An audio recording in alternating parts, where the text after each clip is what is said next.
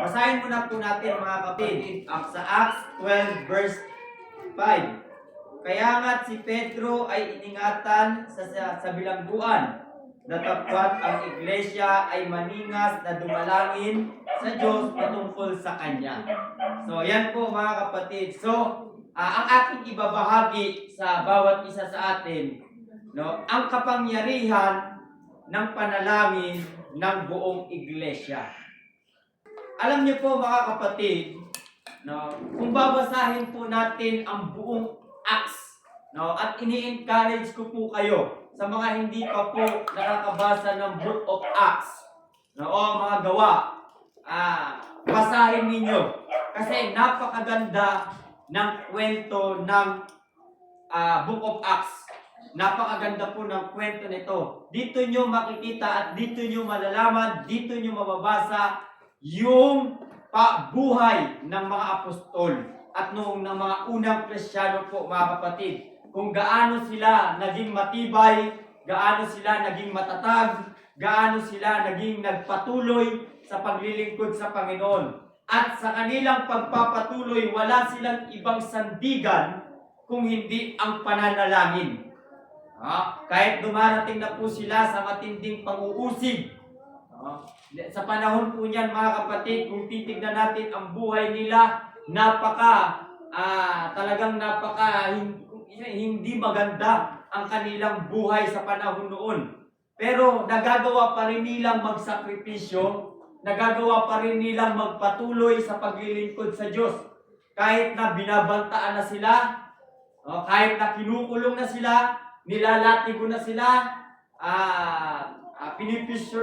persecute na sila, mga kapatid, tinutorture na sila. Maraming mga kapatid na namamatay dahil sa kanilang pagsasakripisyo, dahil sa kanilang pangaral ng salita ng Panginoon. Pero patuloy at nagpapatuloy pa rin silang gumagawa sa kalooban ng Diyos. Patuloy pa rin silang naglilingkod sa Diyos. Bakit hindi sila tumatalikod? Bakit hindi sila lumalayo? Kung hindi nagpapatuloy sila. Bakit mga kapatid? Kasi wala silang ibang ginagawa mga kapatid na nagiging patibayan nila sa kanilang pananampalataya kung hindi ang pananalangin ng bawat isa. Kaya nga mga kapatid, pag hindi maganda ang nangyayari sa isang kapatiran, nagkakaroon sila ng isang pagpupulong na kung saan sama-sama sila na mananalangin para sa isang kapatid na yun. Sama-sama silang lumuluhod sa Panginoon. Sama-sama silang humihingi ng awa sa Diyos na ang kapatid na yun ay iligtas sa kapahamakan. So, sa panahon noon, sa unang iglesia, ay ganito po ang kanilang kaugalian na ginagawa, mga kapatid.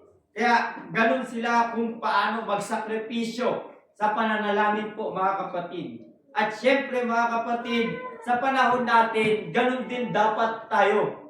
Amen po ba? Sino po may mga pinagdadaanan dito? Lahat ba may mga pinagdadaanan? Lahat ba inuusig? Lahat ba may mga kapatid ba dito na minamaliit? May kapatid ba dito na nanghihina sa pananampalataya? May mga kapatid ba dito na gusto nang sumuko, mga kapatid? Alam niyo po mga kapatid, ang isang susi lamang dyan ay ang pananalangin. Kung gusto mong lumakas, kung gusto mong maging matibay, ay manalangin. Pananalangin po mga kapatid. Kung gusto mo ang tugon ng Diyos, pananalangin. Pananalangin, puro pananalangin po mga kapatid. Kaya kung babasahin pa natin din yung bahagi ng Book of Acts mga kapatid, ay mababasa rin natin dyan, nasabi dyan, araw-araw sila na nagsasama-sama, nagpuputol-putol ng tinapay, nananalangin, at nakikinig ng mga aral na ipinapangaral na mga apostol. So, ganun po, kaya sila nananatiling matibay kahit na ang sitwasyon nila ay medyo napakapanganib. Kahit buhay na ang nagiging kapalit po nila. Pero, nagiging matibay pa rin sila. Nagpapatuloy pa rin sila sa paglilingkod sa ating Panginoon. Ngayon po, mga kapatid, itong verse na ating binasa, no? Ito'y kwento ni Apostol Pedro na kung saan po mga kapatid ay nahuli po dito si Apostol Pedro at ikinulong po siya. No? Ikinulong po siya sa bilangguan. Bakit? Dahil po yun sa kanyang pangangaral. No? Dahil po yun sa pangangaral sa pangalan ng Panginoong Jesucristo. At hindi lang po siya ang dumadanas ng ganun. At bago pa siya hulihin mga kapatid, kung babasahin po natin yan sa taas, sa chapter 12 verse 1, pababa, mga kapatid, bago yan mangyari siyang hulihin, may isa ng apostol o isang kapatid, mga kapatid, na pinatay, no, sa pamamagitan ng tabak. Sino? Si Apostol Santiago, na kapatid ni Juan. Kung nakita ng mga Hudyo na ganun ang nangyari kay Santiago, sabi diyan ng Biblia, ikinatuwa pa nila ito. Naging masaya pa sila mga kapatid na nangyari ito. No? Sa apostol, kay Santiago mga kapatid. Kay Apostol Santiago. Naging masaya pa sila. Kinagalak pa na ito ng mga Hudyo po mga kapatid. Nung nakita ni Herodes na naging masaya ang mga Hudyo na sa pagpatay nila kay Santiago, pinagplanuhan nila mga kapatid na hulihin si Apostol Pedro. At nung nalaman ng buong iglesia mga kapatid na nahuli si Apostol Pedro, kasi nga ang sunod niya papatayin na siya so kinulong muna si Apostol Pedro. Ngayon nalaman ng buong iglesia mga kapatid na papatayin si Apostol Pedro, nanalangin sila sa Panginoon ng sama-sama. Kaya alam niyo po mga kapatid, hallelujah, ang sama-samang panalangin ay hindi rin po basta-basta. Isang napaka-powerful na ang mga iglesia o ang mga kapatid, ang bawat kapatid ay nagsasama-samang manalangin sa Diyos para sa kapatid na nanghihina sa pananampalataya, sa mga kapatid na nasakay sa pagsubukan, sa mga kapatid na tumalikod at sa iba pang mga problema na dinadanas ng bawat isa, at lalo na dito sa iglesyang ito mga kapatid, napaka-powerful ng panalangin ng sama-sama. Kaso mga kapatid, nakakalungkot, ang laki ng pagkakaiba po ng panahon nila sa panahon po natin ngayon. Amen po ba? Marami pong Kristiyano na wala silang panahon para makiisa. No, makiisa. Maraming Kristiyano, ulitin ko mga kapatid, maraming Kristiyano na wala silang panahon para makipag-isa sa pananalangin sa iglesia. Minsan, mas abala pa sila sa maraming bagay kaysa sa makiisa sa iglesia. Mas inuuna pa nila yung mga personal nilang buhay, mga personal nilang gawa, kaysa sa makiisa sa iglesia, mga kapatid. Pero alam niyo po mga kapatid, sa panahon noong iglesia mga kapatid, pag nalaman nila yung ganito ang nangyayari, ganito ang sistema, nagpupulong agad sila, nagsasama-sama agad silang manalangin para doon sa kapatid. Dapat yun po ang hindi natin inaalis sa isang iglesia, lalo na tayo na mga lingkod ng Panginoon. Pag nakikita natin na nanghihina sa pananampalataya, ang ating kapatid, pag naghingi ng ang bawat isa dapat mag-fasting. Dapat nakikiisa po tayo doon. Dapat tayo magkaroon, tayo manalangin. Dapat ang bawat kapatid ay nakikiisa doon. Kasi meron kang bahagi. Kasi isa-isa ka sa katawan ni Kristo. Dapat nakikiisa ka bilang isang kapatid sa iglesia. Yan po mga kapatid. So yan po ang napaka maganda sa panahon noon. Kaya kung titignan natin at babasahin din, sabi dyan, at ang buong iglesia, sila'y nanalangin para kay Apostol Pedro. Nanalangin po sila para kay Apostol Pedro. Ngayon, dahil nanalangin ang buong iglesia para kay Apostol Pedro, ano ang nangyari? Yan yung tanong. Ano ang nangyari po mga kapatid? Sige, basahin natin yung 7. Sabi dito sa 7, At narito tumayo sa tabi niya ang isang anghel ng Panginoon at lumiwanag ang isang ilaw sa silid na kulungan at tinapik si Pedro sa tagiliran at siya'y ginising na sinasabi, magbangon kang madali, at nalaglag ang kanyang mga talikala sa kanyang mga kamay.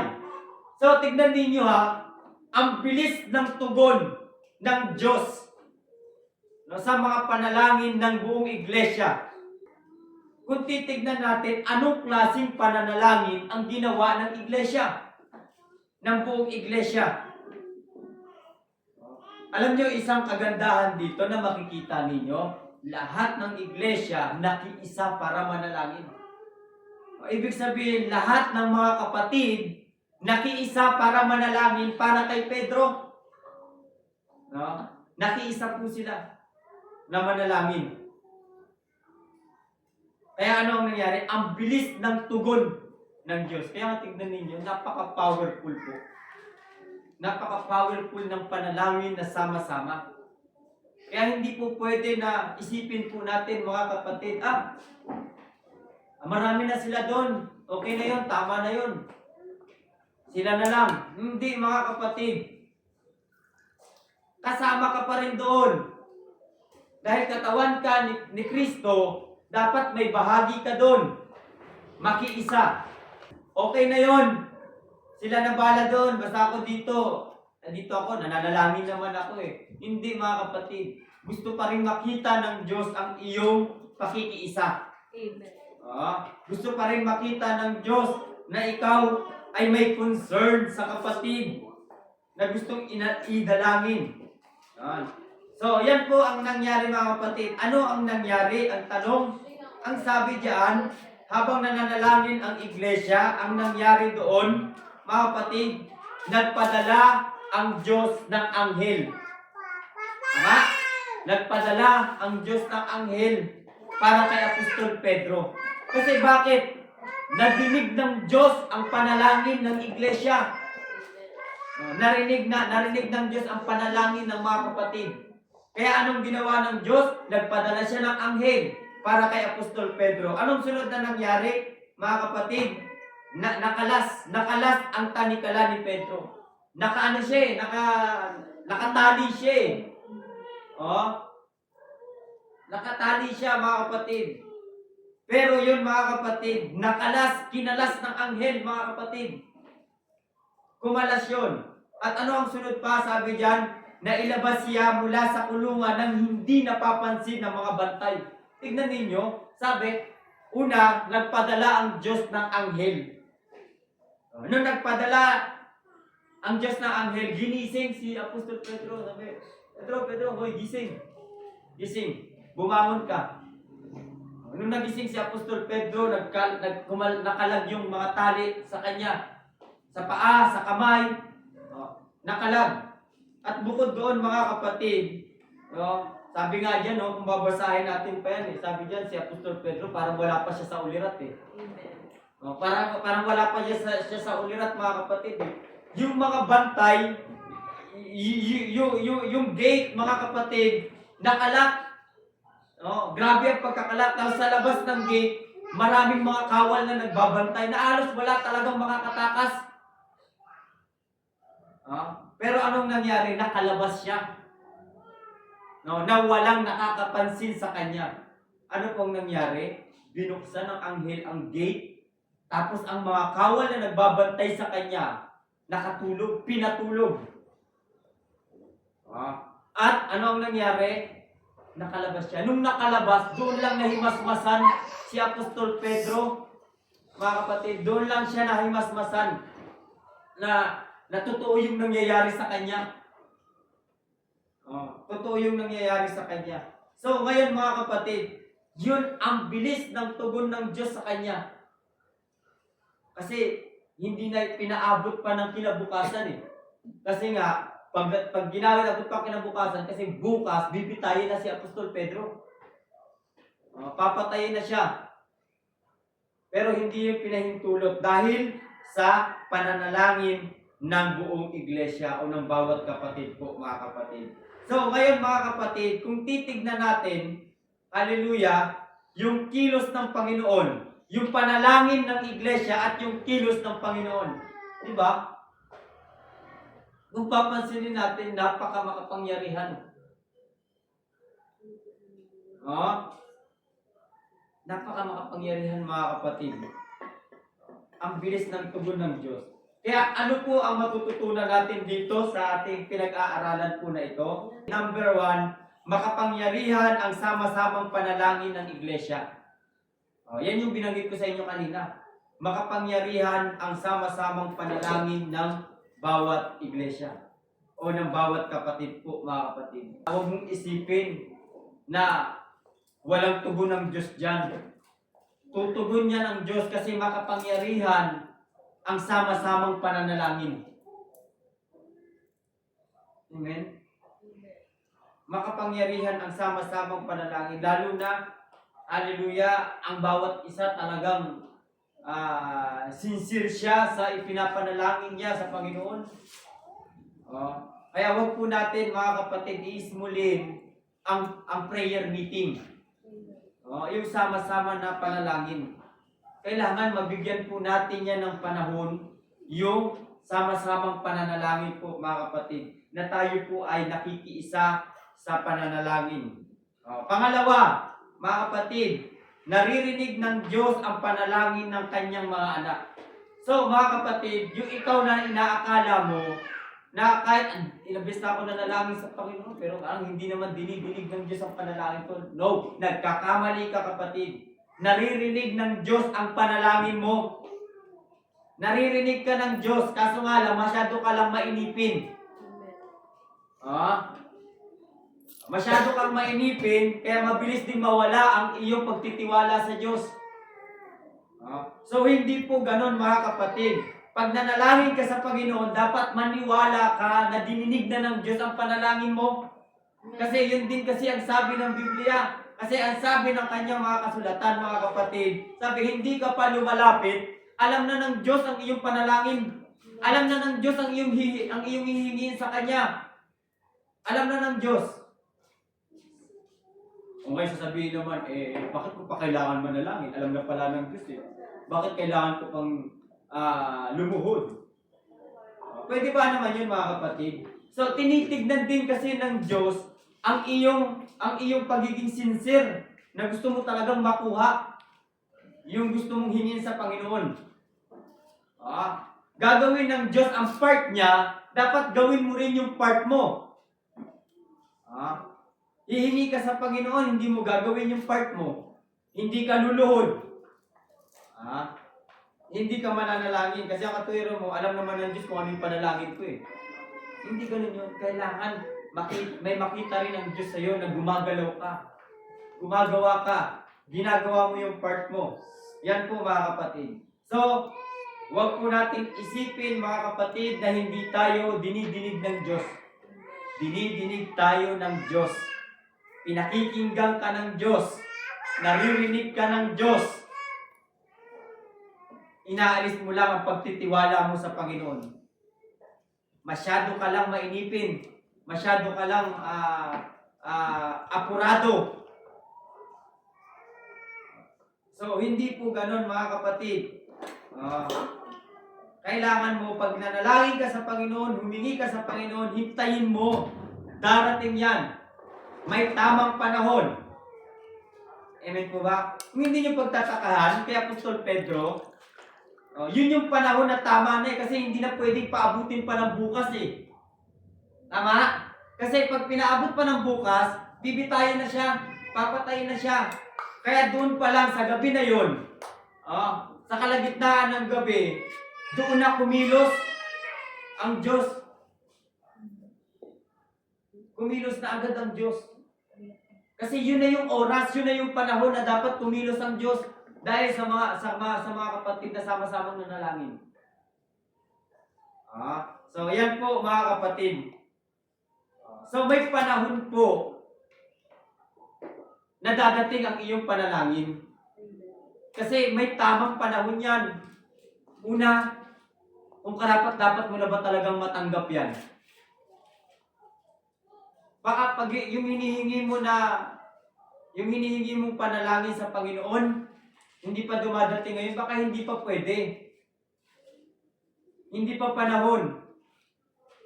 O kaya naman, baka hindi talaga didinggin ng Diyos kasi alam ng Diyos na mapapasama ka lalo. Na hindi ka mapapabuti sa iyong hinihingi. Kaya minsan mga kapatid, huwag tayong hingi ng hingi lang sa Panginoon. Kaya dapat tignan din natin yung mga hinihingi natin sa Panginoon. Siguraduhin natin kung ito ba'y magiging mabuti. Kung ibibigay ba sa akin to ng Panginoon, sigurado bang mananatili pa rin ako sa paglilingkod sa Diyos? Sigurado bang magiging matibay ako sa paglilingkod sa Diyos? Sigurado bang maano ko pa rin ba? Maano ko pa rin yung ministry ko? Magagampanan ko pa rin ba? Minsan, huwag ka nang magtaka kung hindi ibibigay sa iyo ng Panginoon yung panalangin. Kasi baka yun yung maging dahilan. Kaya hindi ibinibigay sa iyo ng Diyos. Baka yun yung magiging dahilan para mas lalo kang lumayo sa Kanya. Kasi alam ng Diyos, nakikita ng Diyos ang iyong magiging sitwasyon sa hinaharap. Minsan, tayo lang ang matigas ng ulo. Pinipilit natin ang isang bagay na hindi pa talaga pwede, kaya mas lalo tayong napapahamak. Mas lalo tayong nalalagay sa alanganin. Imbis maging masaya ka, hindi nangyayari. Puro kalungkutan, puro sakit ang nararamdaman mo kasi pinipilit mo na hindi pa naman talaga panahon, hindi pa naman talaga dapat. Kasi kung yan talaga ibinigay ng Diyos, dapat hindi ka ganyan nahihirapan. Tama? Amen. Kasi ayaw ng Diyos na nahihirapan ka. Ayaw ng Diyos na nahihirapan ang kanyang mga anak. Amen po ba mga kapatid? So mga kapatid, dapat pag tayo hihingi sa Panginoon, siguraduhin muna po natin. Dapat bago natin hihingiin man natin yan, sabihin pa rin natin, Panginoon, yung kalooban mo pa rin ang siyang maganap. Yung kalooban mo pa rin ang siyang mangyari. Ngayon kung hindi ito magiging kalooban mo, mas maiging wag mo na itong ibigay sa akin. Kung nakikita mo sa hinaharap na hindi ako mapapabuti, mas lalo lang akong mapapasama, mas lalo lang akong lalayo sa iyo, mas maiging Panginoon, wag niyo na pong ibigay sa akin. Amen po ba? Pero maraming Kristiyano, pinipilit niya. Pinipilit niya makuha ang isang bagay kahit hindi pa napapanahon. Kaya ano ang nangyayari? Mga kapatid, mas lalo lang siyang napapahamak. Number 3, pinakalas po mga kapatid bago tayo magtapos. Sabi dito, kayang gawin ng Diyos ang mga bagay na imposible sa tao. Amen. Kaya niyang gawin ang lahat ng bagay na napaka-imposible. Yung hindi mo iniisip, na magagawa mo yung isang bagay na yon, walang imposible sa Panginoon. Yung bagay na yon na hindi mo pa iniisip na makukuha mo ba talaga yon, walang imposible sa Panginoon. Yung panalangin mo na parang napaka-imposible mangyari, walang imposible sa Panginoon. Kahit gaano kahirap ang sitwasyon, kahit gaano kahirap o kadelikado ang isang ang sitwasyon, pero pag hiningi mo sa Panginoon at alam niyang makakabuti sa iyo, mga kapatid, ibibigay yan ng Diyos. Hindi ka bibiguin ng Diyos sa ganyang sitwasyon o sa ganyang bagay, mga kapatid. Kaya mga kapatid, sa mga bagay na ating gustong marating sa buhay, huwag kang mag-alinlangan. Basta hanggat kasama mo ang Diyos, walang imposible. Walang imposible mga kapatid. Hanggat kasama mo ang Diyos. Kaya mong marating. Yung mga bagay na gusto mong marating. Basta kasama mo ang Diyos. Kasi ang Diyos ang magtuturo sa iyo kung ano yung landas na dapat mong tahakin. Kung ano yung landas na mas mapapabuti ka, mas mapapaayos ka. Alam ng Diyos. Kaya dapat sa bawat hakbang ng buhay mo, dapat kasama mo lagi ang Diyos. Lagi mo dapat siyang kasama. Mga kapatid. At sa bawat hakbang mo, huwag kang mag-alinlang ihakbang ang iyong mga paa. Kahit sabihin mo na gaano kapanganib yung iyong hinahakbangan. Pero hanggat kasama mo ang Diyos, huwag kang mangamba. Huwag kang matakot. Huwag kang mag-alinlangan. Kasi walang imposible sa Diyos. Hindi ka iiwan ng Diyos sa laban mo. Hindi ka iiwan ng Diyos sa bawat hakbang mo. Kaya huwag kang matakot. Huwag kang mag-alinlangan. Huwag kang magduda sa kakayanan ng Diyos, mga kapatid. Kasi walang imposible sa Diyos. Walang imposible. Lahat ng bagay ay kayang gawin ng Diyos. Alam niyo kung ano lang yung hindi kayang gawin ng Diyos? Yung magsinungaling. Pag sinabi niya ang isang bagay, totoo yun. Amen. Totoo yun. Maniwala ka, totoo yun. Maghintay ka lang, totoo yun. Mangyayari yun, maghintay ka lang, totoo yun. Pag sinabi ng Diyos, sinabi niya yun, hindi yun katulad ng tao na pag nangako, napapako. Pero ang pangako ng Diyos, pag sinabi niya, mangyayari yun. Mangyayari yun. Kasi bakit? Walang imposible sa Diyos. Walang imposible po sa Panginoon. Kaya mga kapatid, sa oras na ito, tayo'y mananalangin sa Panginoon. Alalahanin natin, sama-sama tayong mananalangin. Una, makapangyarihan ang sama-samang pananalangin ng bawat kapatid. Pangalawa, naririnig ka ng Diyos sa mga bawat panalangin mo. Pangatlo, kayang gawin ng Diyos ang mga bagay na imposible sa tao. Kaya niyang gawin. Walang imposible sa Diyos. Kaya sa pagluhod natin sa oras na ito, huwag kang mag-alinlangan. Sabihin mo ang gusto mong sabihin sa harapan ng Diyos. Hingiin mo ang dapat mong hingiin sa Diyos. At pag idinalangin mo na sa Panginoon, maghintay ka. At pag-isipan mo rin, ba ito ba'y kalooban ng Diyos o hindi? Kasi kung hindi, mga kapatid, hindi yan ibibigay ng Diyos sa'yo. Humiling ka na lang ng iba na kung saan mas mapapabuti ka. Amen po ba? So yan po mga kapatid ang ating pinag-aralan sa oras na ito. So matibay ang pananalangin ng sama-sama, mga kapatid. Kaya mga kapatid, maraming mga kapatid na nanghihina sa pananampalataya. May mga kapatid na gusto lang sumuko. May mga kapatid na may mga pinagdadaanan. May mga kapatid na nahihirapan.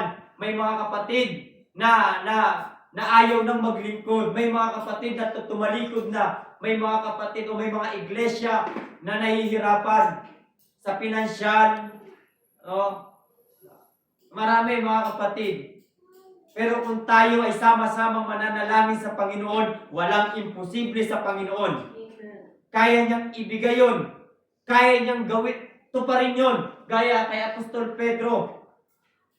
Yung iglesia, sama-samang nanalangin. Ang bilis ng tugon ng Diyos. Kasi nga, makapangyarihan ang sama-samang pananalangin.